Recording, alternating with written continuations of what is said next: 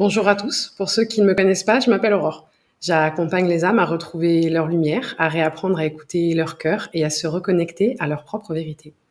Aujourd'hui, j'aimerais vous parler d'un sujet délicat, les portails organiques. On en entend rarement parler et pourtant leur présence influence énormément nos vies, nos émotions, nos choix et nos énergies. Ici, le but n'est pas de juger ni de pointer du doigt qui que ce soit, c'est de vous offrir une clé de compréhension, une carte vibratoire de qui ils sont réellement pour que vous puissiez discerner ce qui est de vous et ce qui n'est pas.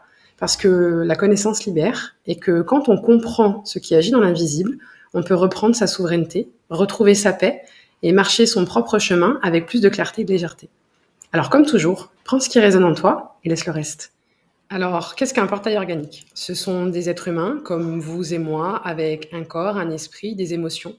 Rien extérieurement ne les différencie. Mais la différence se situe à un autre niveau, leur structure énergétique. Là où la plupart d'entre nous fonctionnons avec 7 chakras principaux, du racine jusqu'à la couronne, eux n'activent réellement que 3 centres. Le chakra racine, qui relie au corps à la survie, le chakra sacré, qui gère les désirs, les émotions brutes, la sexualité, et le plexus solaire, qui est le centre du pouvoir personnel, du contrôle et de l'ego. Ces 3 chakras forment un triangle qui est très puissant pour vivre dans la matière. Ils peuvent être très dynamiques, très charismatiques, même fascinants. Mais ce triangle est fermé sur lui-même. Les autres centres, cœur, gorge, troisième œil et couronne, sont comme des portes qui ne s'ouvrent pas complètement ou qui ne se stabilisent pas. Et c'est là que se trouve la différence essentielle. Ils ne se connectent pas vraiment au divin, ni à l'âme, ni à la source par le canal du cœur. Ils fonctionnent principalement à l'horizontale, c'est-à-dire à travers le mental collectif, les instincts, les structures de société. Mais il n'y a pas ce lien vertical qui relie terre et ciel. On pourrait les comparer à un arbre. Un arbre qui a de fortes racines, un tronc solide, de bases puissantes, mais dont les branches vont vers le ciel, n'ont jamais vraiment poussé. Cet arbre vit, mais il n'offre pas l'ombre, la floraison ou les fruits qui nourrissent. C'est pour ça que la rencontre avec eux est si particulière. Parce qu'on peut ressentir leur intensité, leur force de présence, mais on ne sent pas l'ouverture du cœur ni cette chaleur douce qui circule quand l'âme est branchée sur l'amour. Et c'est cette absence de verticalité qui crée pour ceux qui les côtoient une sensation étrange, comme si quelque chose d'important manquait. Même si on ne sait pas toujours mettre le doigt dessus, c'est subtil, mais ça se perçoit.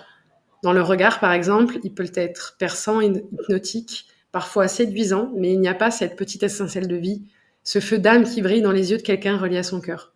On peut avoir l'impression qu'ils sont habités, mais pas vraiment animés de l'intérieur. C'est pour ça qu'il est parfois si difficile de les reconnaître. Extérieurement, tout semble normal et même très attirant. Mais vibratoirement, il manque ce souffle invisible qui fait que l'on se sent réchauffé, nourri et grandi par une rencontre. L'une des choses les plus importantes à comprendre, c'est que les portails organiques n'ont pas une vibration autonome. Leur énergie est souvent empruntée. Ils captent, reflètent, imitent la fréquence de ceux qu'ils côtoient. Quand ils sont face à une personne lumineuse, branchée sur son cœur, ils vont refléter cette lumière et donner l'impression d'être lumineux aussi. Quand ils sont plongés dans une ambiance sombre ou dense, ils vont résonner avec cette noirceur et la renvoyer. Ils vivent beaucoup à travers le collectif, les pensées communes, les croyances, les désirs de survie. Leur nourriture, c'est l'énergie des autres, mais avant tout les émotions basses. Peur, colère, tristesse.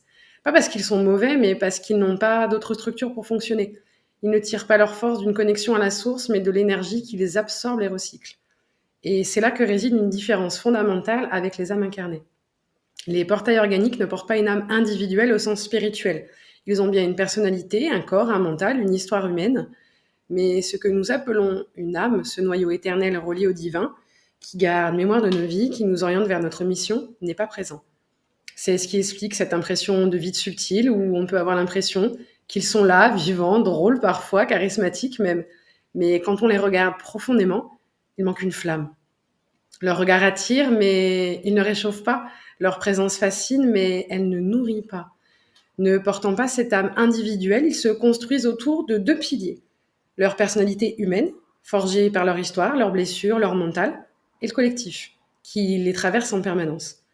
Ils fonctionnent comme des antennes du champ collectif.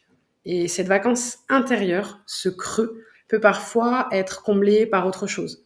Leur champ peut être habité, traversé, utilisé par des entités, consciemment ou non, qui s'y accrochent comme un véhicule. C'est pour cela qu'on observe parfois chez eux des changements brusques d'attitude, comme si une autre voix parlait à travers eux. On pourrait les comparer à la lune. Elle éclaire nos nuits, parfois de façon éclatante, mais elle ne génère pas sa propre lumière. Elle ne fait que refléter celle du soleil. De la même façon, le portail organique reflète, mais il ne crée pas. Et il est important de préciser, cela ne signifie pas qu'ils ne sont pas humains. Ils vivent des émotions, des relations, des histoires, ils peuvent rire, pleurer, souffrir. Mais leur fonctionnement énergétique est différent. Ce qui l'émeut, ce n'est pas un élan d'âme relié au divin, mais une dynamique du collectif et des forces qu'ils captent. Et si on ne comprend pas cela, on risque de confondre leur réaction humaine avec une profondeur spirituelle qui en réalité n'est pas là. Une âme au sens spirituel, c'est bien plus qu'une énergie subtile ou un souffle de vie. C'est une étincelle unique du divin, un fragment de la source qui s'incarne dans une expérience humaine. Elle porte une mémoire, tout ce qui a été vécu dans notre vie, sur Terre ou ailleurs, et reste inscrit en elle comme un fil invisible. Une mission, un élan, une direction qui dépasse la seule survie matérielle. Une couleur vibratoire unique. Chaque âme a une signature comme une note de musique qui ne ressemble à aucune autre. Un lien indestructible avec le divin. Peu importe les épreuves, elle reste connectée à la source, à l'amour universel. C'est elle qui nous pousse à nous questionner, à chercher le sens de la vie, à aimer au-delà des conditions, à évoluer. C'est elle qui nous relie à notre flamme jumelle, à nos guides, à notre chemin d'âme. Quand nous rencontrons une personne qui porte cette âme, même si elle est cabossée par la vie, nous sentons une profondeur. Dans son regard, il y a une étincelle, dans sa voix, une vibration qui touche, dans sa présence, une chaleur qui nourrit. Et le portail organique, lui, il est vivant, il a un mental, une histoire, un corps, mais il ne porte pas cette étincelle éternelle. Il n'a pas ce noyau de continuité qui relie toutes les incarnations. Il est comme une personnalité reliée à la conscience collective, mais pas à la source. Concrètement, ça veut dire pas de mémoire d'autre vie, même s'il peut prétendre en avoir, il capte souvent les mémoires des autres. Pas d'élan profond vers une mission d'âme, seulement des désirs humains, des envies, de pouvoir, de reconnaissance, de sécurité. Pas de vibration unique, mais une vibration qui change en fonction de ceux qu'il fréquente. Pas de reliance stable au divin, donc une grande sensibilité aux influences extérieures et aux entités. C'est pour cela qu'on parle de coquille vide. Non pas parce qu'il n'y a rien, mais parce qu'il y a ce manque de ce noyau éternel. Et cette vacance intérieure crée une dépendance à l'énergie extérieure. La différence, quand on est avec une âme incarnée, même si elle est blessée ou fermée, on sent un appel à la transcendance, une quête intérieure, un mouvement vers plus grand. Quand on est avec un portail organique, on peut sentir l'intelligence, l'humour, le charisme, mais il manque ce souffle, ce feu. C'est comme la différence entre une flamme et un reflet. La flamme brûle, éclaire, réchauffe. Le reflet brille, attire l'œil, mais il n'a pas sa propre chaleur. Ils appartiennent à une conscience collective particulière qui n'est pas tournée vers l'évolution spirituelle, mais vers le maintien de la densité. Leur rôle à l'échelle planétaire est de stabiliser certains champs vibratoires liés à la matière, au pouvoir, aux instincts de survie. Ils incarnent une polarité qui maintient l'humanité dans des paradigmes plus lourds, plus denses, pour que ceux qui portent une âme individuelle puissent affiner leur discernement, affirmer leur lumière, choisir en conscience. On pourrait dire qu'ils sont comme les ombres portées par la lumière. Ils créent un contraste, un décor, une toile de fond. Sans eux, il n'y aurait pas d'épreuves, pas de tests, pas de cheminement intérieur aussi clair pour apprendre à reconnaître ce qui est vrai, vivant, et ce qui ne l'est pas. Et il est important de le souligner. Leur présence n'est pas une erreur dans le plan divin. C'est une composante de l'équilibre global. Pour les âmes éveillées, sensibles, connectées à la source, leur rencontre agit comme un passage initiatique. Un test de clarté, de souveraineté. Vais-je me laisser aspirer par un champ qui n'est pas le mien, ou vais-je rester fidèle à ma lumière intérieure? C'est aussi un miroir subtil. Face à eux, nous découvrons si notre amour est vivant, incarné dans la matière. Est-ce que nous savons aimer sans nous perdre? Est-ce que nous savons rester dans la compassion sans tomber dans le sauvetage? Est-ce que nous savons rayonner notre lumière sans la brader pour être reconnus ou acceptés? Chaque interaction avec eux devient une initiation silencieuse. Apprendre à poser des limites sans haine, à rester dans l'amour, tout en choisissant la distance. Leur nombre est significatif. Certains enseignements parlent d'un quart, voire d'un tiers de l'humanité. D'après ce que je sais, ils représenteraient la moitié de la population. C'est pourquoi chacun, tôt ou tard, croise leur route, que ce soit dans la famille, les relations amicales, amoureuses ou même professionnelles. Et c'est à travers ces rencontres que nous exerçons notre discernement, que nous consolidons notre ancrage, que nous apprenons à dire non. Car, au fond, leur fonction est paradoxalement sacrée. Ils nous rappellent que la lumière n'est pas un concept, mais un choix vivant, à répéter, incarné à chaque instant. Quand nous croisons un portail organique au début, nous nous en rendons pas compte. Souvent, le lien est fort, intense, presque magnétique. Nous avons l'impression d'être vus, reconnus, nourris, aimés, choyés, respectés.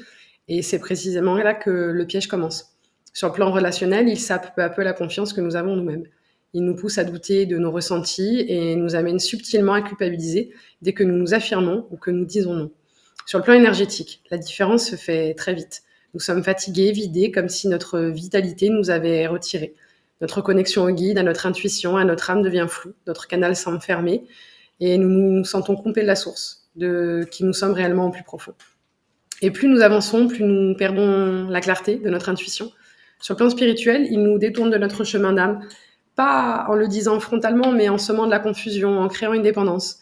Ils peuvent se présenter comme guides, sauveurs, amis, amants, mais en réalité, c'est l'inverse qui se joue. Nous nous éloignons de notre propre lumière pour entrer dans leur champ. Émotionnellement, leur influence est déstabilisante. Nous passons par des phases de séduction, de chaleur, où nous croyons que tout va bien, puis tout bascule. Le rejet, le rabaissement, la dureté, parfois la manipulation et même la méchanceté. Et ce va-et-vient crée un état de dépendance vibratoire. Nous attendons le prochain signe de reconnaissance, de tendresse, le prochain compliment rare, le prochain moment de douceur, et nous supportons la dévalorisation qui tombe entre deux en nous disant que la personne est mal. Alors nous l'excusons encore et encore pour son comportement dysfonctionnel.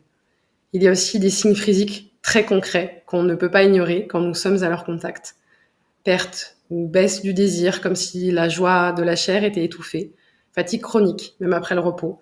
Les addictions qui augmentent. Nourriture, écran, cigarettes, alcool, sport, etc. pour combler un vide. Perte de discipline ou de motivation dans des habitudes pourtant bien ancrées. Méditation, créativité. Isolement social. Impression de ne plus avoir envie de voir personne. Le poids émotionnel dans le corps. Les reins, le cœur, la gorge, le ventre, tout semble saturé. Dans l'expérience que j'ai moi-même vécue avec un portail organique, ça ressemblait à ça. Après chaque échange, je me sentais plus lourde, mon moral descendait, j'étais agacée, triste, irritée, fatiguée. Et pourtant, j'y retournais encore, pensant que c'était moi qui devais travailler plus sur moi, que ma résistance empêchait le processus de la libération émotionnelle. Mais c'est seulement après coup que j'ai vu et j'ai compris le schéma. Ce qui élève rend vivant, ce qui vide, ce qui éteint ne vient pas de la lumière. Et c'est peut-être l'un des signes les plus clairs. Si une relation, un accompagnement, un ami, un membre de la famille ou n'importe quelle autre personne que nous fréquentons nous coupe de notre joie, de notre vitalité, de notre amour de la vie, ce n'est pas de l'évolution spirituelle, ce n'est pas de l'amour pur, c'est une emprise. Au début, tout est séduisant. Intensité, magnétisme, impression d'être choisi parmi tous. Ils savent capter l'intention, créer cette sensation de lien unique, presque sacré. En amour, ils se présentent comme passionnés, fascinants, presque comme une évidence.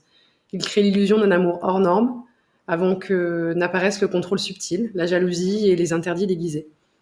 Petit à petit, on ne sait plus si l'on est aimé, pour qui l'on est, ou pour l'énergie qu'on apporte. On marche sur des œufs, on fait attention aux mots, on se demande si on a bien fait. Et ce qui devait être un lien de tendresse devient un espace de tension. En amitié, la relation peut sembler précieuse au début, pleine de confiance partagée, de confidence, de proximité, mais très vite on sent l'envahissement. L'attente d'une disponibilité constante, la pression d'être toujours présent, de répondre, d'écouter, de donner. On a l'impression que l'amitié est devenue un contrat invisible dont eux seuls fixent les règles. Dans le travail ou le coaching spirituel, leur masque préféré est celui d'un guide ou d'un mentor. Ils s'installent en position d'autorité, imposent leur vérité comme une évidence universelle. Si l'on questionne, on évite de culpabiliser. Tu résistes, tu n'es pas dans ton féminin, dans ton masculin, tu n'es pas prêt, tu dis trop non. Les mots deviennent des armes déguisées en conseils, et à force, on finit par douter de notre propre discernement. Et pourtant, il y a toujours ce petit fil accroché, une douceur passagère, un compliment rare, une attention qui donne l'impression que malgré tout, le lien est unique et précieux. C'est ce mélange qui piège. Le chaud et le froid, la tendresse et la dureté, l'étreinte et le rejet. C'est leur signature dans les relations. Créer une dynamique de dépendance où l'on doute de soi, où l'on cherche à mériter au lieu de se sentir libre, aimé et reconnu pour qui l'on est déjà. Et c'est peut-être là la différence la plus simple à observer. Dans une relation saine, nous devenons plus grands, plus vivants, plus lumineux. Dans une relation avec un portail organique, nous nous sentons plus petits, plus vides, plus éteints, même si parfois l'illusion de chaleur revient, brièvement, pour nous retenir. Connaître un portail organique, ce n'est pas toujours évident, car ils savent refléter la lumière de ceux qu'ils croisent. Leur masque est souvent séduisant, rassurant même, mais derrière, certains signes subtils reviennent toujours. Leur discours, par exemple, tourne toujours presque autour du pouvoir, du contrôle de la matière. Même lorsqu'ils emploient Les mots de la spiritualité, il y a comme une rigidité, une dureté derrière. On sent que ce n'est pas le cœur qui parle, mais le mental, l'ego, l'instinct.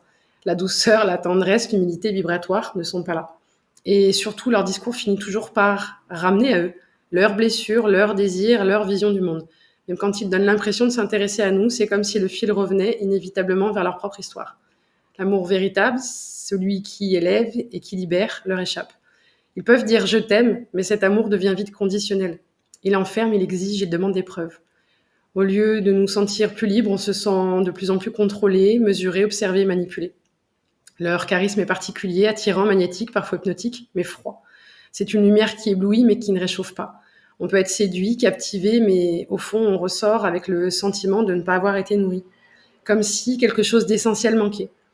À force de contact, leur vibration fatigue. On se sent asséché, vidé, épuisé. Le corps lui-même finit par le témoigner. Le souffle se fait court, le ventre se noue, la tête devient lourde. On sait intérieurement qu'on a perdu de l'énergie, même si rien d'apparent ne l'explique. Et parfois, leur attitude change brusquement. On a même la sensation que ce n'est plus seulement l'humain qui parle, mais une autre énergie qui prend place à travers lui. C'est l'une des conséquences de leur structure particulière. N'ayant pas ce noyau d'âme individuel relié au divin, leur champ peut devenir une porte d'entrée pour d'autres forces, d'autres présences. Et ce décalage crée toujours un malaise profond, un doute qui s'insinue dans le cœur. Et le regard, enfin, lui, il en dit vraiment long. Il peut être beau, fascinant, presque envoûtant, mais il manque cette petite étincelle, ce feu d'âme qui réchauffe et qui relie.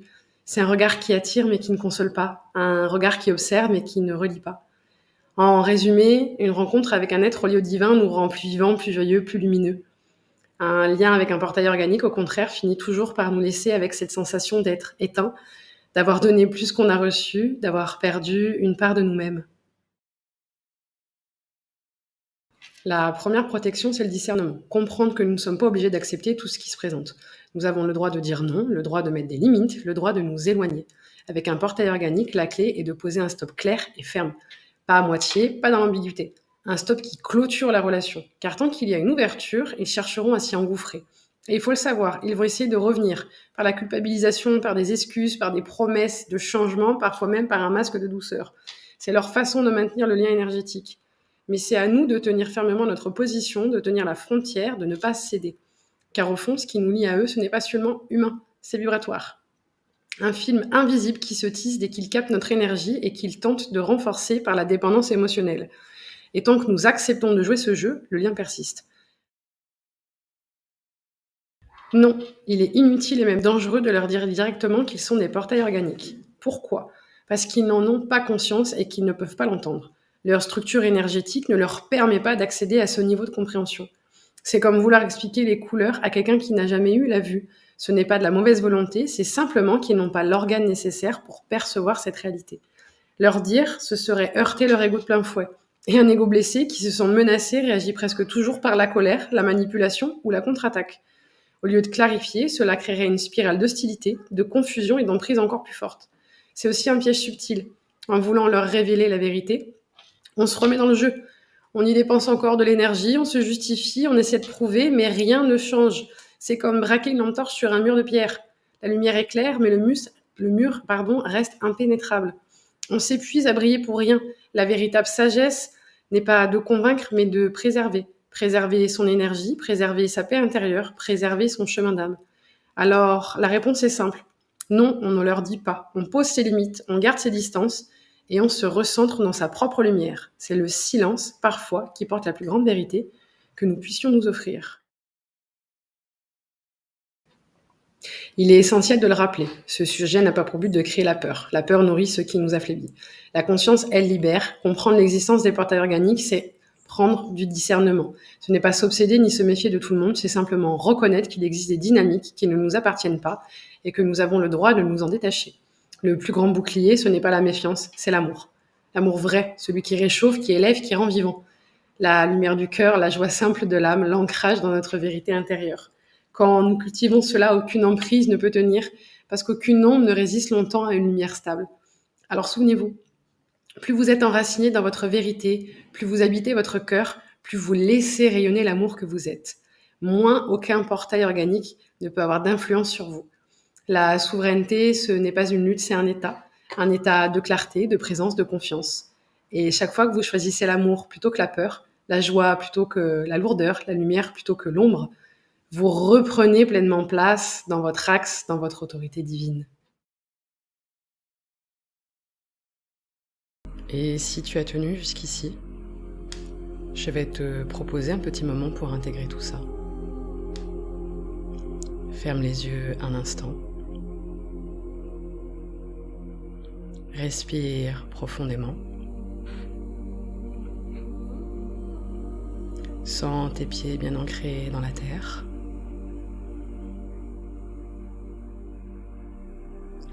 Imagine maintenant une lumière dorée descendre du ciel et venir remplir ton cœur.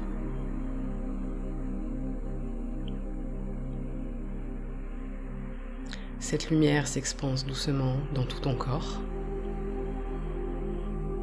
jusqu'à tes mains, tes jambes, ta tête.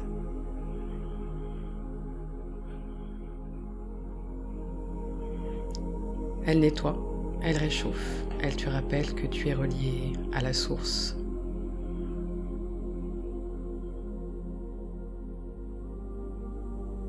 Et autour de toi, comme une bulle de lumière lumineuse qui se forme. Une bulle protectrice, douce, vibrante.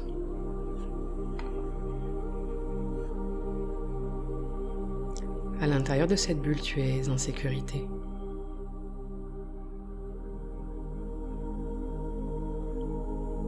Rien d'extérieur ne peut voler ta lumière.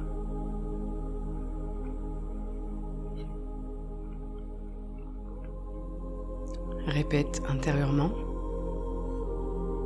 Je reprends mon énergie.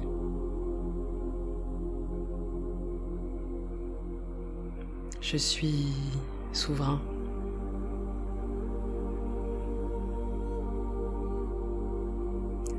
Je marche dans ma lumière.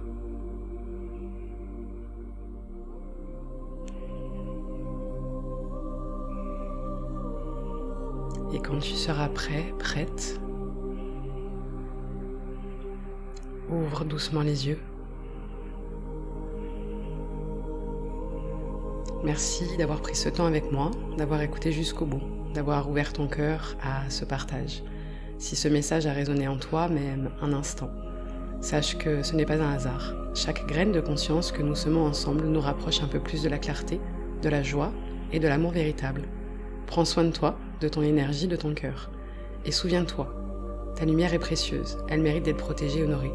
Merci du fond du cœur et à très bientôt.